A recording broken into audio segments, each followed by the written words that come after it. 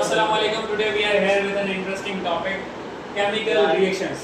आज हम chemical reactions के बारे में पढ़ेंगे कि chemical reactions होते क्या हैं। देखिए वर्ड रिएक्शन की सिंपल मीनिंग, अगर हम वन वर्ड में केमिकल रिएक्शन की मीनिंग निकालें तो रिएक्शन की मीनिंग होती है तब्दीली। किसी भी चीज़ में चेंज आ जाना, तब्दीली आ जाना सिंपली रिएक्शन की अलामत होती है। तो अब केमिस्ट्री में डेफिनेशन क्या निकलती है? Breaking of old bond and formation of new bond is called chemical reaction. जैसे मैं आपको एक प्रैक्टिकल एग्जांपल करके दिखाता हूँ। अब हमारे पास ये कुछ ओल्ड बॉन्ड पड़ी हुई थी, हमने ये बॉन्ड तोड़ी और इनमें से ये नई बॉन्ड बना दी।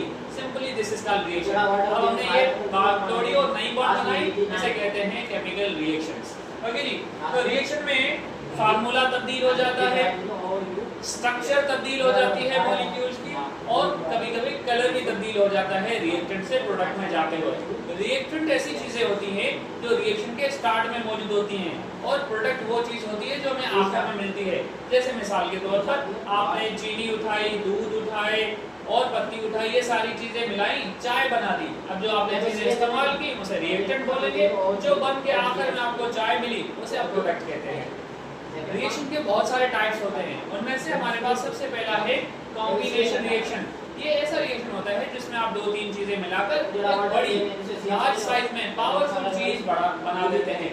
ऐसी रिएक्शंस को कॉम्बिनेशन कहते हैं। जैसे हमारे पास हाइड्रोजन, ऑक्सीजन और इन्होंने मिलकर वाटर बना दिया, so this is called combination reaction.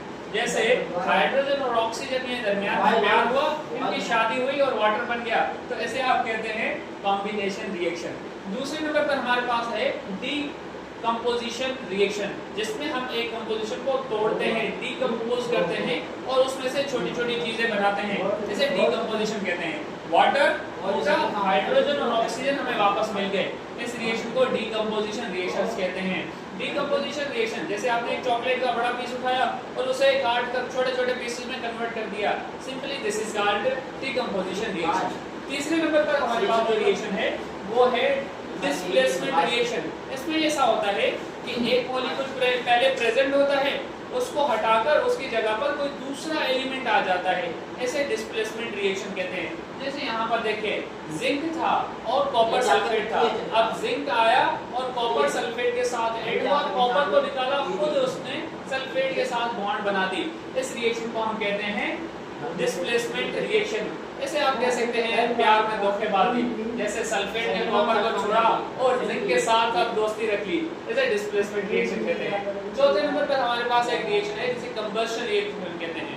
ये कंबशन की मीनिंग होती है आग का जलना, फायर का प्रोड्यूस होना, हीट का प्रोड्यूस होना, उसे कंबशन कहते हैं। तो ऐसे रिएक्शंस जो ऑक्सीजन की मौजूदगी में हो और उनके जलने से हीट प्रोड्यूस हो, उसे कंबशन कहते हैं। जैसे आपने केक काटा होगा बर्थडे का, तो उससे पहले हम कैंडल जलाते हैं, जो कैंडल की स्पार्किंग होती है वो कंबशन रिएक्शन होता है, जिसमें आग प्रोड्यूस हो जाती है। तो ऐसे रिएक्शन जिसमें आकर में आपको हीट मिले और ऑक्सीजन की मौजूदगी में हो, उन्हें आप कंबशन रिएक्शन कहते हैं। ये चार टाइप हो गए।